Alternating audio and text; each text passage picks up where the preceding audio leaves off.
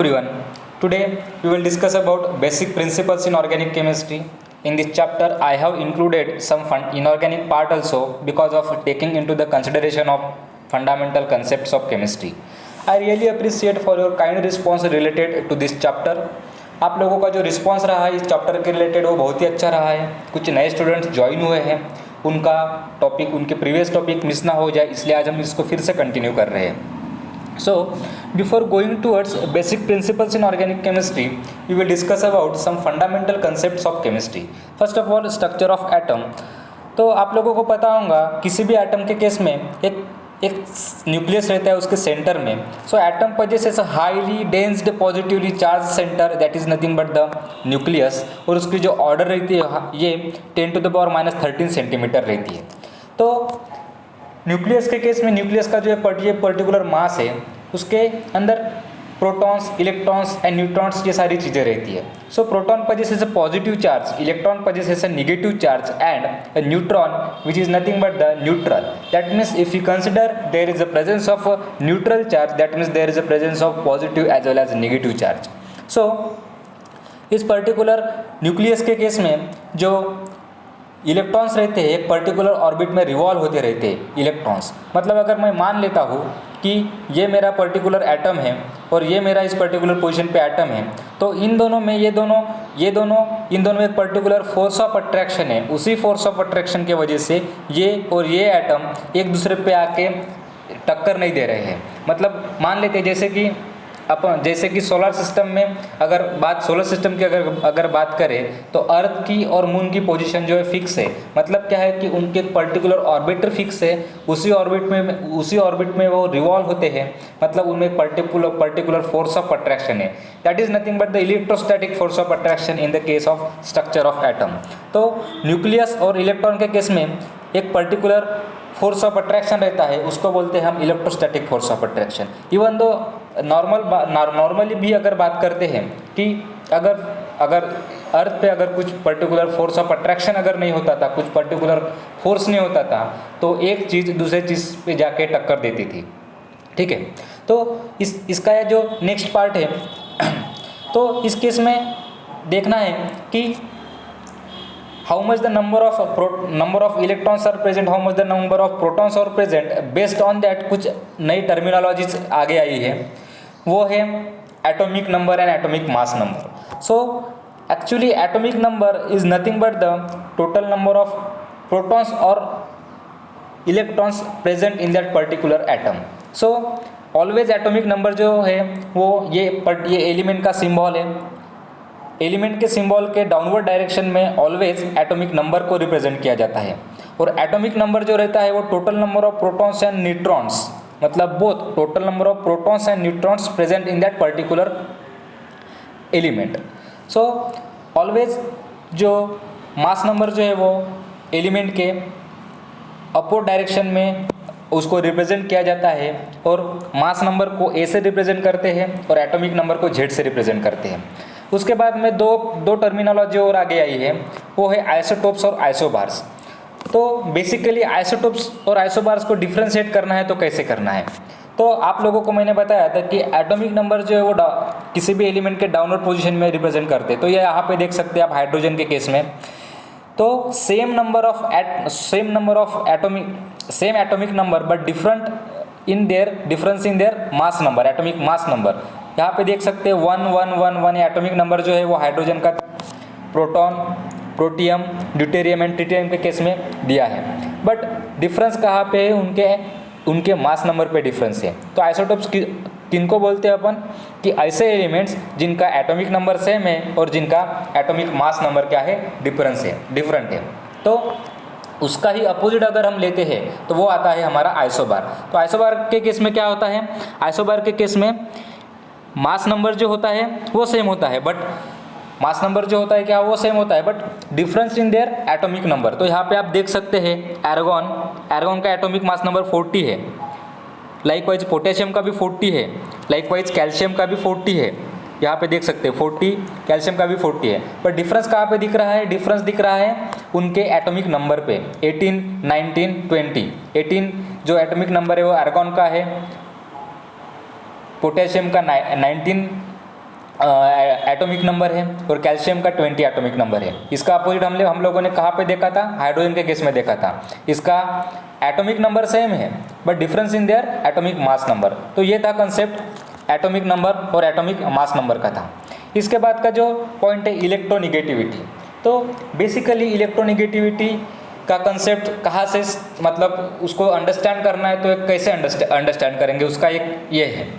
तो किसी भी केस में इलेक्ट्रोनिगेटिविटी का कंसेप्ट आया है, मतलब क्या है इलेक्ट्रोनिगेटिविटी, मतलब क्या कि किसी भी एलिमेंट के पास ज़्यादा इलेक्ट्रॉन की कैपेसिटी हो और किसी भी दूसरे एटम्स और एलिमेंट्स को वो खुद के तरफ अट्रैक्ट करने की उसकी कैपेसिटी हो, तो उसको उस टेंडेंसी के रिलेटेड जो है इलेक्ट्रोनिगेटिविटी का कंसेप्ट आया है। यहाँ पे पीरियोडिक टेबल में हम लोग देख सकते हैं कि हाईली इलेक्ट्रोनिगेटिव जो है वो कौन सा है, फ्लोरीन है। यहाँ पे जैसे हम लोग डाउनवर्ड डायरेक्शन में जाते हैं तो उनकी इलेक्ट्रोनिगेटिविटी जो है वो क्या हो जाती है, डिक्रीज हो जाती है। मतलब पीरियोडिक टेबल में अगर हम लोग बात करें कि from top to the bottom in a group, vertical position में जो प्रेजेंट रहते हैं उनको ग्रुप बोलते हैं, और जो हॉरिजॉन्टली प्रेजेंट रहते हैं उनको क्या बोलते हैं, उनको बोलते हैं हम पीरियड्स बोलते हैं। तो ग्रुप में from top to the bottom periodic table में अगर हम लोग हैलोजन की इधर बात करते हैं तो इलेक्ट्रोनिगेटिविटी जो है वो कम होती जाती है। तो हाई इलेक्ट्रोनिगेटिव कौन सा है, वो फ्लोरीन है। बिकॉज क्या है कंसेप्ट यहाँ पे दो कैसे आते हैं, इलेक्ट्रोनिगेटिविटी कैसे बढ़ती है कि अगर इलेक्ट्रॉन्स तो नंबर ऑफ इलेक्ट्रॉन्स प्रेजेंट है, बट किसी भी न्यूक्लियस के केस में इसके बाद का किसी भी न्यूक्लियस का और जो इलेक्ट्रॉन्स प्रेजेंट है किसी पर्टिकुलर ऑर्बिट में उनका डिस्टेंस कितना है, ठीक है। फ्लोरीन का एटॉमिक नंबर 9 है, वैसा ही क्लोरीन का एटॉमिक नंबर कितना है, 17 है। तो 9 के पास तो कम इलेक्ट्रॉन है और क्लोरीन के पास तो 17 इलेक्ट्रॉन है, ज़्यादा इलेक्ट्रॉन है। तो इलेक्ट्रोनिगेटिविटी अगर मैंने बताया कि नंबर ऑफ इलेक्ट्रॉन्स बढ़ रहे हैं तो मैं बोल देता हूँ कि इलेक्ट्रोनिगेटिविटी अगर बढ़ गई। ऐसा नहीं होता है, होता क्या है कि द डिस्टेंस बिटवीन द, मतलब क्या कि इलेक्ट्रॉन्स कहाँ पे प्रेजेंट है फ्रॉम द न्यूक्लियस, अगर वो न्यूक्लियस के नज़दीक प्रेजेंट है मतलब न्यूक्लियस उस पर्टिकुलर इलेक्ट्रॉन को खुद के तरफ अट्रैक्ट कर रहा है, मतलब खुद के तरफ वो पकड़ के रख रहा है इतनी ज़्यादा तेज़ी से, उसमें स्ट्रॉन्ग बॉन्डिंग है उस पर्टिकुलर ऑर्बिट में। अगर हम आगे चलते हैं क्लोरीन के केस में तो उसकी ऑर्बिट चेंज हो जाती है। मतलब क्या होता है कि द फोर्स ऑफ अट्रैक्शन तो आता है बट न्यूक्लियर चार्ज कहाँ पे आ जाएगा, the electrons which present in the particular orbit और शेल, और जो डिस्टेंस रहता है किसमें का, from the nucleus to the outermost orbit जहाँ पे इलेक्ट्रॉन प्रेजेंट है, ठीक है। तो इसके अपोजिट जो कंसेप्ट है वो कौन सा, इलेक्ट्रोपॉजिटिविटी का कंसेप्ट है। तो ये क्या करेगा, ये इसकी एबिलिटी रहेगी किसी भी एलिमेंट की डोनेट करेगा इलेक्ट्रॉन। और इलेक्ट्रोनिगेटिविटी की केस में क्या है, क्या रहेगा कि किसी भी एलिमेंट की ability to attract the shared pair of electron towards itself, ठीक है। तो ये था इलेक्ट्रोनिगेटिविटी और इलेक्ट्रोपॉजिटिविटी का कंसेप्ट। इसके बाद जो है वो इलेक्ट्रॉनिक कॉन्फ़िगरेशन है। तो आप लोगों ने शायद 9th स्टैंडर्ड में पढ़ा होगा electronic configuration based on the KLMN के बेसिस पे आप लोगों ने इसका स्टडी किया होगा, ओके। तो मैंने पहले ही बताया था आप लोगों को कि एक पर्टिकुलर एलिमेंट के केस में एक पर्टिकुलर शेल होती है और एक ऑर्बिट होती है। तो मतलब क्या होता है कि जो शेल्स रहती है, ठीक है, इसका एक हम लोग ये देख लेते हैं, एक पर्टिकुलर अगर हमने बोल दिया ये वाला न्यूक्लियस है तो ये उसकी पर्टिकुलर शेल हो गई, मेन शेल हो गई, ये पर्टिकुलर ये मेन शेल हो गई, ठीक है। तो इसका एक उसको अगर आइडेंटिफाई करना है कि ये कितने नंबर ऑफ शेल्स रहते हैं तो उसके लिए एक फार्मूला दिया है ट्वाइस n²। अगर हम लोगों ने n की वैल्यू अगर कितनी पुटअप कर दी, हम लोगों ने 1 की वैल्यू अगर 1 पुटअप कर दी तो जो कितने इलेक्ट्रॉन्स, जो total number of electrons present रहेंगे वो पहले शेल में, पर्टिकुलर शेल में वो कितने रहते हैं, 2 रहते हैं। मतलब कि क्या कि ये वाला मेरा न्यूक्लियस है तो इसकी बात की जो पहली शेल रहेंगी वो K रहती है, उसका n = 1 हो जाएगा। ये यहाँ पे क्या रहता है, ये n = 1, this is nothing but the what K। n = 2 मतलब कौन सी हो जाएंगी मेरी, L, ये वाली शेल हो जाएगी L शेल। और n = 3 लेता हूँ तो कौन सी शेल हो जाएंगी, M शेल हो जाएंगी, एंड सो ऑन। तो हर एक शेल की एक पर्टिकुलर इलेक्ट्रॉन फिलिंग कैपेसिटी है। मतलब क्या कि K शेल में मैं 2 इलेक्ट्रॉन फिलअप कर सकता हूँ, only and only 2 electrons we are able to fill here, not more than 2 electrons. अगर मुझे 2 से ज़्यादा अगर मुझे इलेक्ट्रॉन अगर फिलअप करना है तो मुझे नेक्स्ट लेना पड़ेगा। कौन से लेना पड़ेगा, नेक्स्ट नेक्स्ट शेल लेनी पड़ेंगी। अगर मैंने कार्बन की बात कर दी, कार्बन की इसका एटॉमिक नंबर कितना रहता है, 6 रहता है। अगर कार्बन के केस में मुझे इलेक्ट्रॉन फिलअप करना है इसके इलेक्ट्रॉनिक कॉन्फ़िगरेशन के हिसाब से, तो मैं इलेक्ट्रॉन कैसे फिलअप करूँ, तो कितने 6 इलेक्ट्रॉन्स है, तो मुझे पता है कि के की कैपेसिटी कितनी है, 2 इलेक्ट्रॉन की, मैंने 2 इलेक्ट्रॉन फिलअप कर दिया। अब बचे हुए कितने 4 इलेक्ट्रॉन्स है, और मुझे पता है कि एल की कैपेसिटी कितनी है, जो नेक्स्ट शेल है मेरी, ये वाली शेल, ये वाली शेल, ये कौन सी एल शेल है, तो इसकी कैपेसिटी कितनी 8 इलेक्ट्रॉन्स की है। तो मतलब क्या कर सकता हूँ मैं कि इसमें और मैं 4 इलेक्ट्रॉन फिलअप कर सकता हूँ इस तरीके से, ठीक है। अब वैलेंसी का भी कंसेप्ट इसमें से ही आता है। अब देखिए कि ये इस पर्टिकुलर शेल की कैपेसिटी कितनी थी, 8 इलेक्ट्रॉन की कैपेसिटी थी, बट कितने मैंने फिलअप किया, अभी 4 इलेक्ट्रॉन फिलअप किए हैं। मतलब क्या कि ये शेल जो है मेरी एल शेल जो है, सेकंड वाली शेल जो है, वो फिर से इलेक्ट्रॉन किसी दूसरे एटम से ले सकते हैं, किसी दूसरे एलिमेंट से ले सकते हैं, राइट। तो मतलब combining capacity of an element, जैसे कि मैंने ये मॉलिक्यूल अगर मैंने बोल दिया, ये मीथेन बोल दिया, ये इसने 4 बॉन्ड फॉर्म कर लिए। 4 बॉन्ड फॉर्म कर लिए मतलब क्या है कि ये जो पर्टिकुलर कार्बन की जो आउटर मोस्ट शेल है, ये पर्टिकुलर आउटर मोस्ट शेल है, इसमें 4 इलेक्ट्रॉन फिलअप करने की कैपेसिटी है। दैट्स द रीज़न इसकी वैलेंसी जो कितनी रहती है, वो 4 रहती है। मतलब किसी भी एटम के साथ कोई भी बॉन्ड फॉर्म हो रहा है, कोवैलेंट बॉन्ड हो चाहे आयोनिक बॉन्ड हो, तो वो डिफिशिएंट रहता है। मतलब क्या है डिफिशिएंट रहना, मतलब क्या है कि किसी भी एलिमेंट के पास कुछ स्पेस होना, किसी भी एलिमेंट को खुद को स्टेबल करने के लिए किसी दूसरे एलिमेंट से इलेक्ट्रॉन लेना पड़े, या फिर किसी दूसरे एलिमेंट्स को इलेक्ट्रॉन देना पड़े। मतलब क्या, अगर ये CH4 के केस में इसने क्या कर लिया, 4 इलेक्ट्रॉन इसमें से फिर से एडिशनली ले लिए, बराबर है। मतलब ये 4 इलेक्ट्रॉन फिर से एडिशनली आ गए इसमें, ये पर्टिकुलर शेल जो है इसमें 4 इलेक्ट्रॉन से एडिशनली आ गए, ठीक है। ये वो येलो कलर के जो दिख रहे हैं आपको, तो ये इलेक्ट्रॉन गेनिंग की हो गई। बट ये अब अगर हम बात करते हैं कि इसको अगर खुद को स्टेबलाइज करना है, तो दूसरी भी बात, मैंने वैलेंसी बोली है 4 बोली है, तो combining capacity of an element मतलब वैलेंसी 4 है, तो एक तो 4 इलेक्ट्रॉन वो दे सकता है या फिर 4 इलेक्ट्रॉन ले सकता है। मतलब कि अगर इसने 4 इलेक्ट्रॉन अगर किसी दूसरे एटम को दे दिए, ठीक है, किसी दूसरे एटम के अगर उसने दे दिए, तो भी ये जो शेल रहती है, ये जो शेल रहेगी, ये शेल क्या हो जाएंगी, ये स्टेबल हो जाएंगी। क्यों? क्योंकि इसकी जो इलेक्ट्रॉन फिलिंग कैपेसिटी है कितनी 2 है। मतलब क्या है, इसमें एडिशनल इलेक्ट्रॉन दे नहीं सकते, और एडिशनल इलेक्ट्रॉन इसमें से इजीली इलेक्ट्रॉन निकालना भी पॉसिबल नहीं है, तो ये यहाँ पे स्टेबल होता है, ठीक है। इसके बाद का जो कंसेप्ट है वो सबशेल वाला कंसेप्ट है। तो सबशेल के केस में क्या होता है, एजिमुथल क्वांटम नंबर जो है इसके बेसिस पे आता है सॉरी। तो यहाँ पे हम लोग देखते हैं कि जो हमारी मेन शेल थी, हम लोगों ने अभी देखी थी मेन शेल, ठीक है। मेन शेल देखी थी पर्टिकुलर एटम, ये किसी एटम के केस में से, just a minute we will draw it. हाँ, तो किसी भी एटम के केस में हम लोगों ने ये देखा था, ये पर्टिकुलर एलिमेंट है, सॉरी ये न्यूक्लियस है। अब ये उसकी मेन शेल, ठीक है, ये दूसरी मेन शेल हो गई, ठीक है। तो सबशेल कहाँ पे आती है, सबशेल की पोजीशन यहाँ पे फिक्स होती है, यहाँ पे इनके इन बिटवीन, यहाँ पे सबशेल्स रहती है। मतलब क्या कि ये मेरी के सबशेल है, ठीक है। इसका फॉर्मूला है, क्या है, ट्वाइस मल्टीप्लाइड बाय 2l+1। अगर हम यहाँ पे n=1 के लिए अगर हम कंसिडर करते हैं और इसकी वैल्यू यहाँ पे पुटअप कर लेते हैं, ठीक है, तो कितनी आएंगी, 0 आती है। कि यहाँ पे वैल्यू इसकी पुटअप करते हैं तो 0 आती है। तो 0 है मतलब क्या है कि वहाँ पे 0 के केस में यहाँ पे सबशेल में कुछ सब उस ऑर्बिटल्स है, जैसे कि sp-df, सबशेल के केस में sp-df। तो हर एक की कैपेसिटी अलग अलग है, ठीक है, हर एक की कैपेसिटी अलग अलग है। S की कैपेसिटी 2 इलेक्ट्रॉन फिलिंग की है, P की कैपेसिटी 6 इलेक्ट्रॉन फिलिंग की है, D की कैपेसिटी 10 इलेक्ट्रॉन फिलिंग की है, F की कैपेसिटी 14 इलेक्ट्रॉन फिलिंग की है, ठीक है। तो इस केस में अगर हम इस पर्टिकुलर फार्मूले में अगर number of principal quantum number अगर बढ़ाते जाते हैं, प्रिंसिपल क्वांटम नंबर हम लोग अगर बढ़ाते हैं, तो L की वैल्यू जो है वो लाइकवाइज आगे चली बढ़ती जाती है। मतलब अगर n=1 के लिए लेते हैं तो उसकी वैल्यू L की वैल्यू 0 आती है। 0 is nothing but the what, S। ठीक है, मतलब वहाँ पे only and only one orbital subshell present है।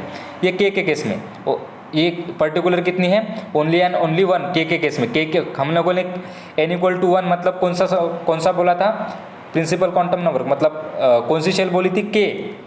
n=1 के केस में हम लोगों ने के शेल बोली थी, ठीक है, के।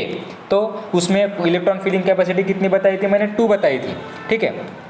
और वैसा ही अगर हम लोग सबशेल की बात करते हैं, उसी के मेन शेल जो है और सबशेल उसमें की सबशेल की बात करते हैं, तो उसके केस में जो सबशेल होती है वो एक ही होते हैं, एस ऑर्बिटल की।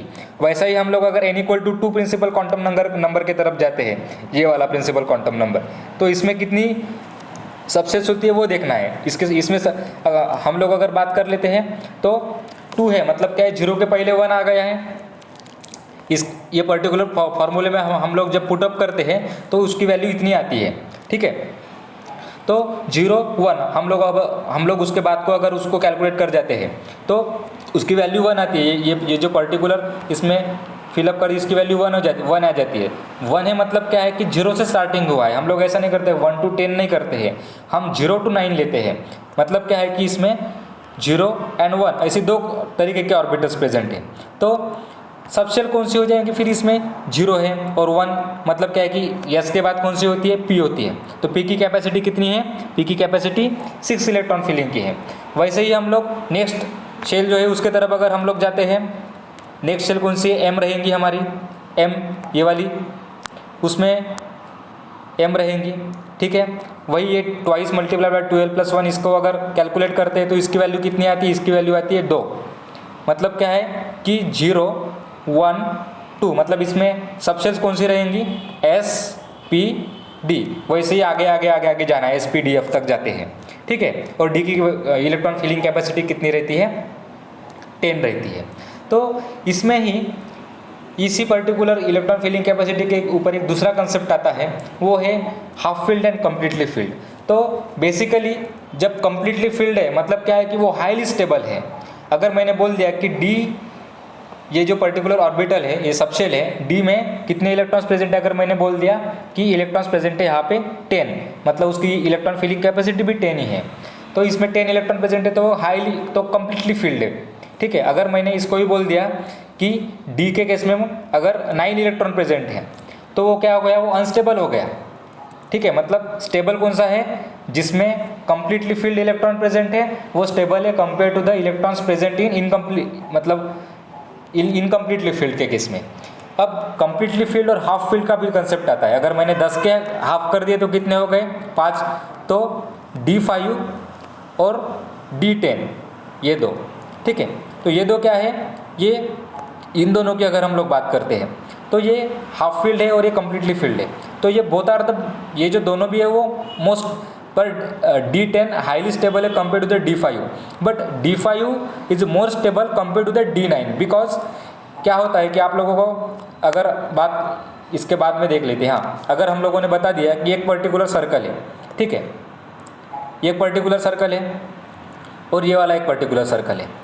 D10 मतलब क्या कि 2 रिंग पकड़ लो, ये कम्प्लीटली फील्ड है और ये वाला जो ये सिंगल है, मतलब क्या हाफ फील्ड है। अगर मैंने बोल दिया, अगर मैंने इसमें से अगर इसमें कुछ अगर गैप डाल दी, इसमें कुछ अगर गैप डाल दी तो इजीली बाहर का कुछ फॉरेन पार्टिकल जो है इजीली अंदर आ जाएगा, मतलब इसके रिंग में आ गया। तो मतलब D9 है तो क्या है, मतलब इसमें कुछ तो भी गैप है, इस पर्टिकुलर आउटर रिंग में कुछ तो भी गैप है, ठीक है। बट ये वाला जो रहता है, ये अंदर का ये जो है, ये क्या है, ये पूरी सराउंडिंग है, इसके अंदर कुछ बाहर का फॉरेन पार्टिकल कुछ आने का ये नहीं है। एक समझने के लिए ये तरीका बता रहा हूँ कि हाफ फील्ड और कम्प्लीटली फील्ड के केस में हाईली स्टेबल जो रहता है वो कम्प्लीटली फील्ड रहता है compare to the half filled. And जैसे कि D9 की बात की तो D9 is less stable compare to the D5 because D5 is a half filled. Okay, तो नेक्स्ट जो कंसेप्ट है हमारा वो है अबव प्रिंसिपल का। तो अबव प्रिंसिपल क्या बोलता है कि अबव प्रिंसिपल ये बात बोलता है कि states that in the ground state of an atom और ion electron fill atomic orbitals of the lowest available energy level. मतलब क्या है कि अगर मुझे इलेक्ट्रॉन फिलअप करना है किसी भी एलिमेंट के केस में, मुझे इलेक्ट्रॉनिक कॉन्फ़िगरेशन लिखना है, मुझे इलेक्ट्रॉन फिलअप करना है, तो ये रूल ये बताता है कि इलेक्ट्रॉन ऐसे ही ऑर्बिट में फिलअप करो जिसकी एनर्जी लेवल सबसे कम है। तो S की एनर्जी लेवल जो रहती है वो सबसे कम रहती है, P की, उसके बाद D की, उसके बाद F की, उसके बाद मतलब अगर मुझे इलेक्ट्रॉन फिलअप करना रहा तो मैं S से स्टार्ट करूँगा। तो मुझे ये सबशेल वाला कंसेप्ट लेना पड़ेगा। आप लोगों को बोला था मैंने कि K इसमें कितना रहता था, K इसमें कितनी शेल है, एक ही शेल है मतलब 1s। L के किसमें, उसका प्रिंसिपल क्वांटम नंबर 2 था तो उसकी कितनी वैल्यू थी 101, तो क्या है 2s 2p बराबर। इस तरीके से यहाँ पे लिखा है, ठीक है, आपको यहाँ पे दिख जाएगा ये, इसको जूम कर लेता हूँ मैं, आपको ये समझ में आ जाएगा। हाँ ये चीज़ें देखिए, एन के इसका प्रिंसिपल क्वांटम नंबर कितना था 1 था, तो 1 ऑर्बिटल है, 1 सबशेल है। उसके बाद कौन सी है 2s 2p, ठीक है। देन n = 3 जाते हैं तो 3 ऑर्बिटल आती है, कौन इसकी वैल्यू कितनी आती है 3, मतलब क्या है कि 1 0 1 2 बराबर है। देन 0 1 2 3 लाइकवाइज, मतलब अगर मुझे जाना है तो सबसे एनर्जी लेवल कम किसकी कम रहेगी, इस 1s की सबसे एनर्जी लेवल कम रहेगी। उसके बाद किसकी रहेंगी 2s की रहेंगी, उसके बाद किसकी रहेंगी 2p की, 3s की, 3p की। तो लाइकवाइज अगर मुझे इस केस में मुझे अगर इलेक्ट्रॉनिक कॉन्फ़िगरेशन लिखना है किसका, कार्बन का अगर मुझे लिखना है, इसका एटॉमिक नंबर कितना रहता है 6, तो क्या लिखूंगा मैं 1s 2s 2p लिख दिया मैंने, ठीक है, बिकॉज इतनी आती है। तो s की कैपेसिटी 2 है, 2 लिख दिए। दूसरे s की भी दूसरी है, ये 1s क्यों लिखा, क्योंकि पहली शेल इलेक्ट्रॉन 2 ही फिलअप कर सकते हैं, उसके बाद नेक्स्ट शेल में जाना है, ठीक है। तो 2s 2p, इसमें भी 2 2 4 हो गया, बचे हुए कितने इलेक्ट्रॉन्स 3 इलेक्ट्रॉन्स। तो p की कैपेसिटी कितनी है मुझे पता है 3 इलेक्ट्रॉन, सॉरी कितनी है 6 इलेक्ट्रॉन की है। अब बचे कितने इलेक्ट्रॉन्स, मेरे पास 2 इलेक्ट्रॉन बचे, तो 2 इलेक्ट्रॉन मैं यहाँ पे फिलअप कर दूंगा। इस तरीके से करते हैं इलेक्ट्रॉनिक कॉन्फ़िगरेशन, ठीक है। और दूसरी बात, इसके बाद का जो है रूल है वो हर्ट्ज़ रूल आए। तो हर्ट्ज़ रूल क्या बताता है, देखिए हर्ट्ज़ रूल के केस में भी समझना इजी वाला कंसेप्ट है। इसमें तो क्या है कि ये रूल क्या बोलता है कि पहले तो इलेक्ट्रॉन सिंगली फिलअप करते जाओ, ठीक है। इलेक्ट्रॉन पहले सिंगली फिलअप करते जाना है, मतलब ये ले लेते हैं, ठीक है। इसमें ये देखते हैं 1s2, ये देखते हैं 2s2, ये देखते हैं 2p2, ये भी कार्बन के ही केस में है, ठीक है। तो पहले क्या करना है हम लोगों को पहले करना है, पहले इलेक्ट्रॉन सिंगली फिलअप करते जाना है इस रूल के हिसाब से। मतलब सिंगली इलेक्ट्रॉन, अब 1s में कितने 2 इलेक्ट्रॉन फिलअप करने, पहले एक मैंने डाल दिया, उसके बाद दूसरा, वैसे ही 2s कितने हैं 2 इलेक्ट्रॉन फिलअप करने। अब देखते हैं 2p के केस में। अब 2p के केस में क्या होता है, ठीक है। 2p के केस में भी पहले क्या करना है हम लोगों को, 2p में भी 3 ऑर्बिटल्स रहती है, उसकी भी एक सब रहती है, कौन सी px py और pz, ठीक है। अब इनके केस में अगर इलेक्ट्रॉन अब मतलब जब 2 इलेक्ट्रॉन यहाँ पे फिलअप कर रहे हैं, मतलब इस ऑर्बिटल में फिलअप कर रहे हैं, तो पहले कौन से इसमें करना पड़ेगा इलेक्ट्रॉन फिलअप हम लोगों को px में पहले इलेक्ट्रॉन फिलअप करना पड़ेगा। एक मिनट, हाँ px में इलेक्ट्रॉन फिलअप करना पड़ेगा।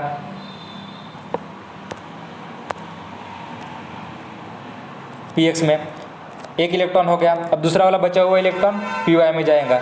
इलेक्ट्रॉन मतलब कैसे जाएगा, पहले तो px में जाएगा, उसके बाद में py में जाएगा, डायरेक्टली py को छोड़ के pz में नहीं जाएगा, या फिर डायरेक्टली दोनों इलेक्ट्रॉन px में 2 इलेक्ट्रॉन नहीं आएंगे। तो क्या बोलता है ये रूल कि पहले तो इलेक्ट्रॉन सिंगली फिलअप करते जाओ, उसके बाद में जब इलेक्ट्रॉन बचते हैं हम लोगों के पास, तो इनको इलेक्ट्रॉन डबली फिलअप करते जाना है। जैसे कि हम लोग यहाँ पे देख सकते हैं, इसमें क्या है सिंगली इलेक्ट्रॉन फिलअप करते गए, उसके बाद में डबल करते गए उसको, ठीक है। और दोनों का भी स्पिन जो रहेगा वो अपोजिट स्पिन रहेगा। मतलब इसमें अगर ऐसे डाले हैं कि तो इलेक्ट्रॉन इस तरीके से ही होना, इस तरीके से, ना कि इस तरीके से, ना कि इस तरीके से, ठीक है। यहाँ तक बात समझ में आई।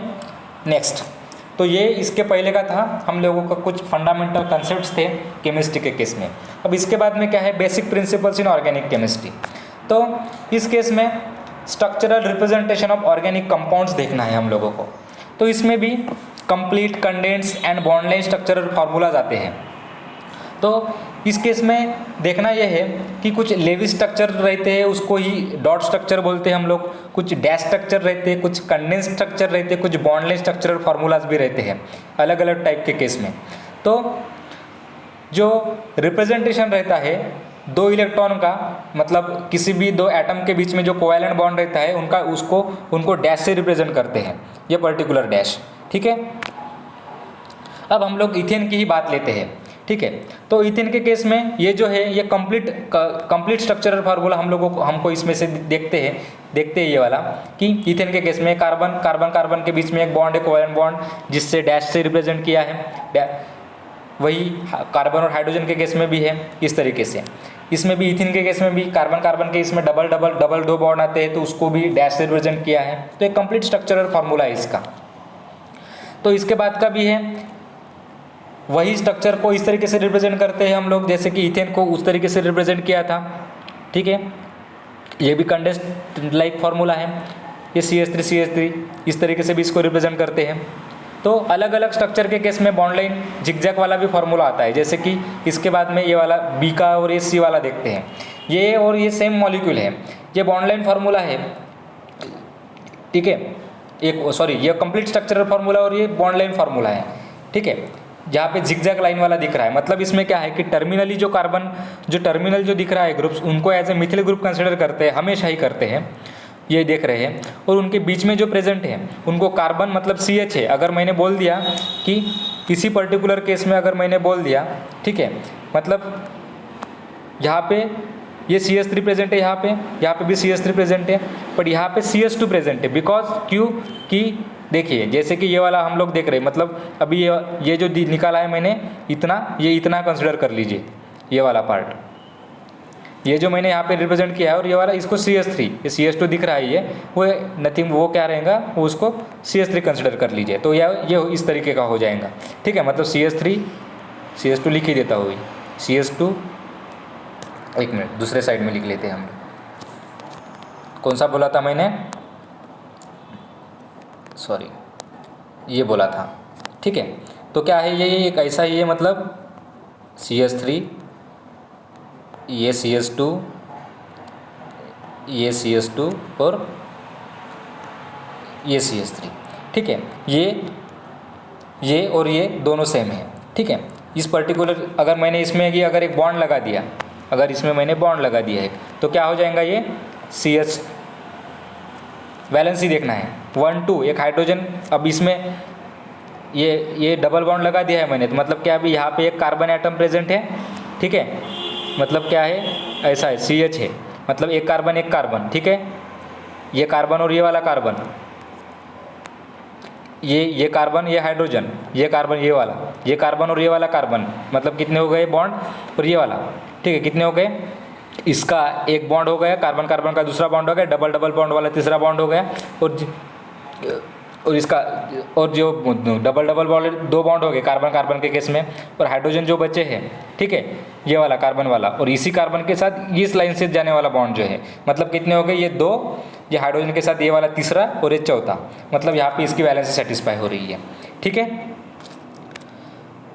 अलग अलग वेज है किस अलग अलग ऑर्गेनिक कंपाउंड्स को रिप्रेजेंट करने के। ये साइक्लिक के केस में भी वैसा ही है, जैसा कि बताया था, जो वो ओपन चेन थी, ये साइक्लिक रिंग है। ठीक है, कुछ नॉमेनक्लेचर के प्रॉब्लम मैंने आप लोगों को दिए हैं, उसमें से आप लोगों को देखना है कि कौन सा साइक्लिक है। जो साइक्लिक के केस में साइक्लिक और जो डबल बॉन्डेड है, जिनको एरोमेटिक बोलते हैं हम लोग, उनमें का भी डिफरेंस आप लोगों को आइडेंटिफाई करना है। मैंने कुछ इंस्ट्रक्शंस भी ग्रुप पे मेंशन किए हैं। ठीक है, तो ये साइक्लिक कंपाउंड के केस में का पार्ट है। अब किसी भी ऑर्गेनिक कंपाउंड्स को थ्री डायमेंशन के केस में किस तरीके से रिप्रेजेंट करते हैं, वो उसको अब हम लोग किस तरीके से रिप्रेजेंट करते हैं वो देखना है। तो पहला जो फार्मूला आता है उस केस में वेज फार्मूला। तो वेज फार्मूला के केस में सब कुछ, इसके बाद मतलब जो थ्री डायमेंशन के जो फार्मूले हम लोग देखने वाले, wedge formula, sawhorse formula, Newman projection formula, Fischer projection formula, वो सारे के सारे 3D है, मतलब थ्री डायमेंशनल है। मतलब क्या है थ्री डायमेंशन, मतलब क्या है कि मैंने एक क्यूबिक बॉक्स कंसिडर कर लिया मैंने। ठीक है, ये वाला क्यूबिक बॉक्स मैंने कंसिडर कर लिया। ठीक है, तो अगर मैंने बोल दिया कि ये मेरा मॉलिक्यूल है CH4, सॉरी ये हाइड्रोजन और ये भी हाइड्रोजन। अब मुझे इसी पर्टिकुलर मॉलिक्यूल को मुझे इस बॉक्स में फिट करना है, ठीक है। तो मैं इस तरीके से इनको फिट कर देता हूँ, इनको इस तरीके से फिट कर दिया।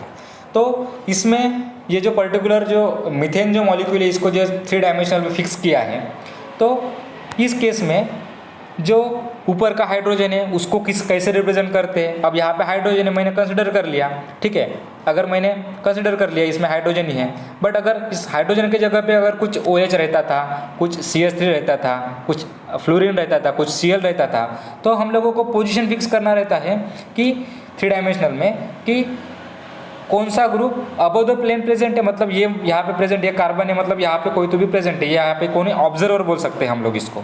तो ये सॉलिड लाइन और वेज डैश लाइन जो ये डैश लाइन जो है, तो क्या होता है कि ऑब्जर्वर के अपवर्ड डायरेक्शन में, मतलब ऑब्जर्वर के अपवर्ड डायरेक्शन में जो ग्रुप प्रेजेंट रहते हैं उनको सॉलिड वेज से रिप्रेजेंट करते हैं, सॉलिड लाइन से रिप्रेजेंट करते हैं।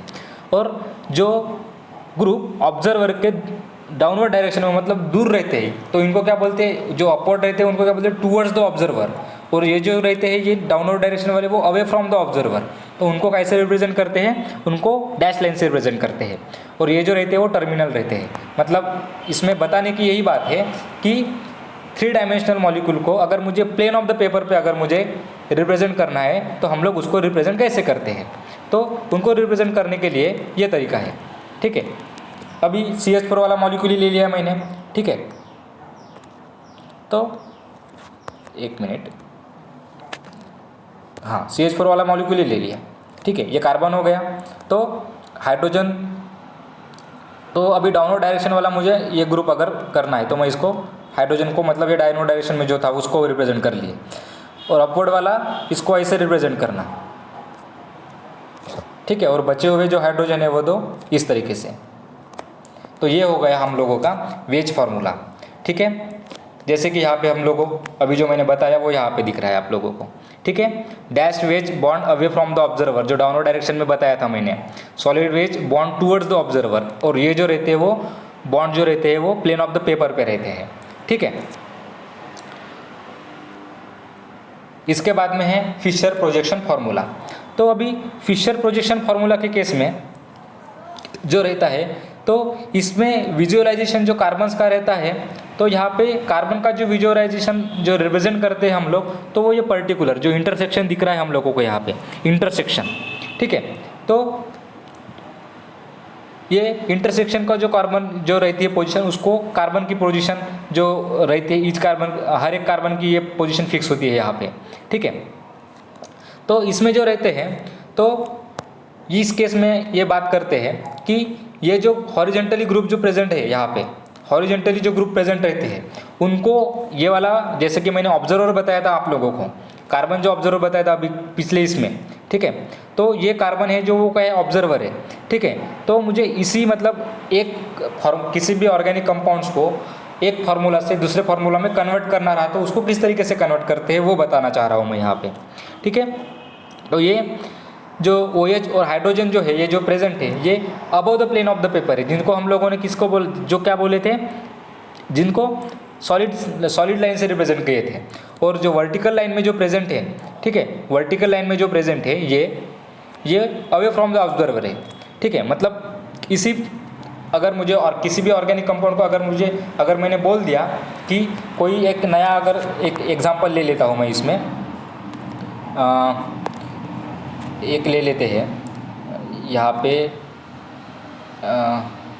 CH3 ले लेते हैं, CH3 ले लेते हैं, ठीक है। OH ले लेते हैं, और ये Cl ले लेते हैं। अब ये वाला कौन सा मेरा फार्मूला है, फिशर प्रोजेक्शन फार्मूला, जो ये वाला फार्मूला है। अगर मुझे इसी फार्मूला को मुझे अगर कन्वर्ट करना रहा किस में, वेज डैश में, जो पहला वाला था, तो मैं क्या कर सकता हूँ, ये मुझे पता है, जो हॉरिजेंटली जो प्रेजेंट है ग्रुप ये दो, इनको above the plane of the paper लेते हैं हम लोग, मतलब इनको रिप्रेजेंट कैसे करेंगे, सॉलिड वेज से रिप्रेजेंट करेंगे इन लोगों को ऐसे, ठीक है। और जो ऊपर वाले जो बचे हैं उनको डैश से रिप्रेजेंट करेंगे, ये OH हो गया ये, और नीचे वाला जो रहेगा वो हाइड्रोजन रहेगा, ये वाला, ये जो नीचे वाला जो ग्रुप है ये वाला, ठीक है। अभी न्यूमन प्रोजेक्शन फार्मूला। तो अभी न्यूमन प्रोजेक्शन फार्मूला में दो चीज़ें देखनी है हम लोगों को। इसमें क्या है कि इसमें एक चीज़ ये है कि जो बैक कार्बन रहता है, मतलब बैक कार्बन और उसको रियर कार्बन बोलते हैं। जो कार्बन बैक साइड प्रेजेंट रहता है उनको ही रियर कार्बन बोला जाता है। तो इस केस में रियर कार्बन, बैक कार्बन जो होता है वो विजिबल नहीं रहता है, और फ्रंट कार्बन, बट जो फ्रंट कार्बन रहता है वो विजिबल होता है। और इस केस में जो कन्वेंशन रहते हैं, मतलब जो अदर देन कार्बन जो एटम्स प्रेजेंट है, जहाँ जैसे कि यहाँ पे हाइड्रोजन प्रेजेंट है, जैसे कि यहाँ पे हाइड्रोजन प्रेजेंट है, तो ये स्पोक लाइक व्हील के हिसाब से ये जो अरेंज रहते हैं। तो इस केस में जो बातें बताना चाह रहा हूँ मैं कि बैक कार्बन विजिबल नहीं रहता है, 3 डायमेंशनल भी अरेंजमेंट, ये भी 3 डायमेंशनल अरेंजमेंट ही है, और फ्रंट कार्बन जो रहता है वो विजिबल रहता है। और अदर देन कार्बन जो एटम्स प्रेजेंट रहते हैं, जैसे कि हाइड्रोजन हो गया, फिर अदर देन कोई, इथेन के केस में हाइड्रोजन प्रेजेंट है, अगर दूसरा कोई अगर हम लोगों ने बोल दिए एटम, इथेन वाला जो है ये CH3, ठीक है, ये वाला बैक कार्बन बोल देते हैं, इसको फ्रंट कार्बन बोल देते हैं। ये वाला बैक कार्बन जो है, ये फ्रंट कार्बन जो है, ये वाला, ये इसकी पोजीशन, ठीक है, ये वाला, और ये वाला जो है वो कौन सा है, फ्रंट बैक कार्बन। तो ये वाला जो है विजिबल नहीं है। फ्रंट कार्बन जो है वो पॉइंट से रिप्रेजेंट होता है यहाँ पे, ठीक है। यहाँ पे ये जो हम लोगों को दिख रहा है कि इसके इंटरसेक्शन के वजह से जो पॉइंट आया है, डॉट आया है, वो कार्बन है फ्रंट वाला। और जो बैक वाला जो कार्बन है, तो बैक वाला कार्बन विजिबल नहीं है, बट जो बैक वाले कार्बन के जो हाइड्रोजन ग्रुप प्रेजेंट दिख रहे हैं हम लोगों को यहाँ पे, वो सर्कमफरेंस ऑफ अ सर्कल के हिसाब से क्या है, वो अरेंज्ड है, बराबर है। मतलब ये देखिए, ये वाला, ये हाइड्रोजन, ये हाइड्रोजन, ये हाइड्रोजन, ठीक है, ये वाला हाइड्रोजन, ये बैक कार्बन के, और ये इस लाइन से जो दिख रहे हैं हम लोगों को, ये जो है वो क्या है, फ्रंट कार्बन से है। इसमें भी इसमें भी दो तरीके के फॉर्मेट्स रहते हैं, जैसे कि इक्लिप्स और स्टैगर्ड। मतलब क्या है कि एक इक्लिप्स से हम लोगों को स्टैगर्ड में कन्वर्ट कर सकते हैं। मतलब क्या है कि इसको बस रोटेट करना है। जैसे कि ये वाला देखिए, ये वाली पोजीशन फिक्स है फ्रंट कार्बन की, मतलब फ्रंट कार्बन को फिक्स कर दिया है, और बैक को कैसे किया है, बैक को रोटेट कर दिया है। ये यहाँ पे मतलब 60 डिग्री एंगल से इसको रोटेट कर दिया होगा इन लोगों ने। तो ये रोटेट कर देने के बाद वो यहाँ तक आ जाता है और यहाँ तक आ जाता है। तो इस तरीके से इनकी अरेंजमेंट है, बराबर है। तो ये हो गया न्यूमन प्रोजेक्शन फार्मूला। अब इसके बाद का जो है वो सॉहर्स प्रोजेक्शन फार्मूला है, ठीक है। इसमें भी वही चीज़ें जैसे ही न्यूमन प्रोजेक्शन में है, बस इसमें क्या है, ये बॉन्ड लाइन से रिप्रेजेंट किया गया है, ठीक है। तो इसमें का जो है, ये वाला फ्रंट कार्बन है, रियर कार्बन है, और ये वाला है जो वो ये क्या है, वो ये बैक कार्बन है, रियर कार्बन बोलते हैं इनको, और ये जो है वो क्या है, ये फ्रंट वाला कार्बन है। तो इसमें जो कार्बन कार्बन जो बॉन्डिंग है वो कोवेलेंट बॉन्डिंग से रिप्रेजेंट की गई है, और वो जो अलग अलग जो अदर देन कार्बन एटम जो प्रेजेंट से यहाँ पे एटम, इथेन के केस में जो हाइड्रोजन एटम्स प्रेजेंट है वो भी बॉन्ड लाइन से रिप्रेजेंट किए गए हैं। तो इसी को ये इक्लिप्स फॉर्मेट है इसका। मतलब देखिए, इसमें भी देखना क्या है, ये बैक वाला कार्बन देखेंगे हम लोग, ये वाला बैक वाला कार्बन, ठीक है। तो इसके अरेंजमेंट कैसी है, इस तरीके से अरेंजमेंट है। मतलब इसको हम लोग बोलते हैं इन्वर्टेड वाई, बराबर है। और ये जो है वो कौन सा है, नीचे वाला भी है, नीचे वाला भी कौन सा है, इन्वर्टेड वाई ही है। मतलब इक्लिप्स के केस में इन्वर्टेड वाई रहते हैं दोनों भी केस में, फ्रंट कार्बन ये और ये बैक कार्बन, ये वाला फ्रंट कार्बन और ये फ्रंट कार्बन और ये वाला बैक कार्बन, दोनों भी केस में कैसे हैं, इन्वर्टेड वाई है। बट वो इक्लिप्स का फॉर्मेट हो गया। मतलब अगर इसको ही मुझे न्यूमन के रिस्पेक्ट में मुझे इस तरीके से रिप्रेजेंट करना है, तो कैसे रिप्रेजेंट करेंगे, उनको रिप्रेजेंट इस तरीके से कर सकते हैं, ठीक है। ये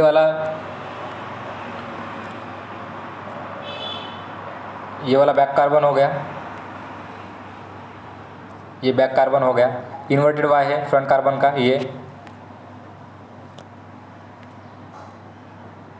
ये वाला है, ठीक है। और उसका ही कौन सा था, इन्वर्टेड वाई ही था। कैसा था, इन्वर्टेड वाई ही था ये भी, ठीक है। तो इन्वर्टेड वाई था, मतलब इस तरीके से रिप्रेजेंट करते हैं, बराबर है, ठीक है। ये कौन सा कन्वर्शन हो गया, न्यूमन का कन्वर्शन हो गया, किसका, इथेन का, इक्लिप्स के फॉर्म में। अब इसी कन्वर्शन को अगर ये इक्लिप्स का फॉर्म हो गया, अब स्टैगर्ड का हम लोग अगर देखते हैं, तो स्टैगर्ड के केस में कैसा है, ये वाला जो दिख रहा है हम लोगों को, कौन सा, ये वाला, ये किसका है, ये फ्रंट कार्बन है, बैक कार्बन है, रियर कार्बन है। और फ्रंट वाला कैसा है, फ्रंट वाला कैसा है, नॉर्मली है, इस तरीके से, प्रेजेंट है। इसको ही हम लोगों को अगर न्यूमन में कन्वर्ट करना रहा तो कैसे करेंगे, बैक वाला था कैसे था, नॉर्मल वाई था, और फ्रंट वाला जो था इन्वर्टेड वाई था। तो इसका कन्वर्शन इस तरीके से हो गए, मतलब sawhorse to Newman, Newman to sawhorse, इस तरीके से इनके कन्वर्शन किए जाते हैं। तो ये थे बॉन्ड लाइन फार्मूलाज, सॉरी ये थे structural representation of organic molecules in 3 dimensional. ठीक है, जो कौन से देखे थे हम लोगों ने देखे थे वेज डैश फार्मूला देखा था हम लोगों ने, वेज फार्मूला। उसके बाद में देखा था फिशर प्रोजेक्शन फार्मूला देखा था, जिस न्यूमन प्रोजेक्शन फार्मूला देखा था, और सॉ हॉर्स प्रोजेक्शन फार्मूला देखा। तो वेज फार्मूला में क्या बताया था कि above the plane of the paper किस जो एटम्स रिप्रेजेंट करते हैं, जो को भी ग्रुप रिप्रेजेंट करते हैं, उसको सॉलिड से रिप्रेजेंट करते हैं, और वो डाउनवर्ड डायरेक्शन में, मतलब अवे फ्रॉम द ऑब्जर्वर, फिर away from the plane of the paper जो रहता है उनको डैश से रिप्रेजेंट करते हैं, जो इस तरीके से रिप्रेजेंटेशन है। वैसे ही फिशर में बताया था कि जो हॉरिजॉन्टली जो प्रेजेंट है उनको सॉलिड से रिप्रेजेंट करते हैं, जो वर्टिकली प्रेजेंट है उनको डैश से रिप्रेजेंट करते हैं। न्यूमन में बैक कार्बन जो रहता है वो विजिबल नहीं रहता है, बट बैक कार्बन के केस में जो सर्कम्फरेंस ऑफ द सर्कल दिख रहा है हम लोगों को यहाँ पे, ये वाला सर्कम्फरेंस ऑफ द सर्कल के केस में अदर देन कार्बन एटम जो है वो अरेंज रहते हैं, और फ्रंट के केस में वो बॉन्ड लाइन से जो इंटरसेक्शन पॉइंट डॉट जो आता है वो वाला फ्रंट कार्बन हो जाता है ये। तो इसमें भी इक्लिप्स और स्टैगर्ड कन्फर्मेशन रहते हैं। इक्लिप्स में क्या होता है, इक्लिप्स में दोनों भी वाई इन्वर्टेड रहते हैं। अगर हम लोग सॉ हॉर्स के अगर न्यूमन और सॉ हॉर्स के कंपेरिजन करें तो, और इक्लिप्स के केस में दोनों भी वाई इन्वर्टेड रहते हैं, और स्टैगर्ड के फॉर्म में बैक वाला जो कार्बन एटम रहता है, मतलब वो जो प्रेजेंट रहते हैं वो इन्वर्टेड वाई शेप में प्रेजेंट रहते हैं ग्रुप, और ये जो रहते हैं वो फ्रंट वाला वो नॉर्मल वाई शेप में प्रेजेंट रहता है। तो ये था इतना 3 डायमेंशनल रिप्रेजेंटेशन। तो इनके ही केस में कुछ प्रॉब्लम्स है यहाँ पे, ठीक है, ये प्रॉब्लम्स अभी बता देता हूँ। देखिए यहाँ पे देख सकते हैं हम लोग, ठीक है।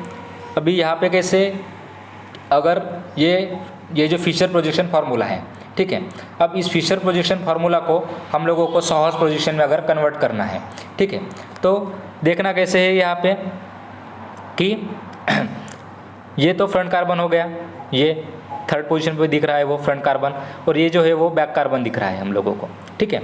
तो इनकी प्रायोरिटी ऑर्डर आती है, ठीक है। तो इस केस में क्या है कि इक्लिप्स में अगर हम लोगों को देखना है तो कैसे करेंगे। हम लोगों को पता है कि इक्लिप्स में क्या होता है, दोनों भी सीधे वाई, सॉरी दोनों भी, इक्लिप्स के केस में कैसे होता है, दोनों भी सीधे वाई, ये दोनों भी सीधे वाई, ठीक है। तो क्या है कि ये जो इनका जो है रिप्रेजेंटेशन, इनको मतलब ये ग्रुप को अरेंज करना रहता है। ये कार्बन कार्बन जैसे कि हो गया ये वाला, ये कार्बन कार्बन का ये अटैचमेंट हो गई। अब जो ये टर्मिनल जो है, टर्मिनल हम लोगों ने क्या बोला था इनको, ये अवे फ्रॉम द ऑब्जर्वर, मतलब डाउनवर्ड डायरेक्शन में प्रेजेंट रहते हैं। तो वैसे ही इनकी अरेंजमेंट इसमें कैसे रहेंगे, डाउनवर्ड डायरेक्शन में रहेंगी प्रेजेंट। देखिए ये डाउनवर्ड दिख रहा है हम लोगों को, और ABCO जो है वो क्या है, वो डाउनवर्ड दिख रहा है। अब बच्चे वाले कौन से दो, ये हाइड्रोजन और ये वाला दो, ये OH, तो इनको इस वे में अरेंज करना है, हाइड्रोजन यहाँ पे ये, और ये भी दो उसी तरीके से, ठीक है। तो इनका इक्लिप्स में कन्वर्शन हो गया।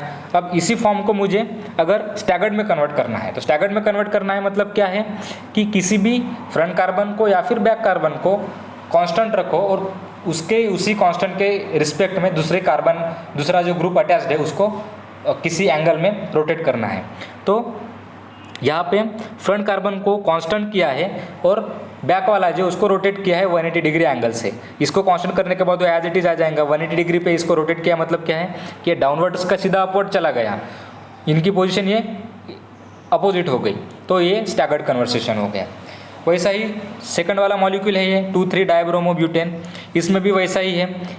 ये कौन सा कन्वर्शन है, ये वाला कौन सा कन्वर्शन है, स्टैगर्ड कन्वर्शन है, ठीक है। ये वाई दिख रहा है हम लोगों को, एक सीधा वाई, सॉरी इन्वर्टेड वाई, और ये वाला जो है वो कौन सा है, सीधा वाई, ठीक है।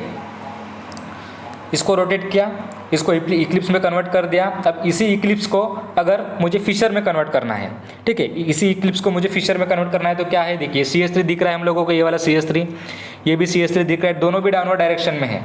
मैंने डैश फॉर्म में क्या बोला था आप लोगों को, ये तो वर्टिकली जो ग्रुप्स प्रेजेंट रहते हैं उनको as a away from the observer बोलते हैं, मतलब वो डैश डैश से रिप्रेजेंट करते हैं, ठीक है ना, डैश डैश से रिप्रेजेंट करते हैं। मतलब यही इसको ही अगर मुझे डैश से रिप्रेजेंट करना रहा ये पर्टिकुलर मॉलिक्यूल को, तो क्या करूँगा मैं,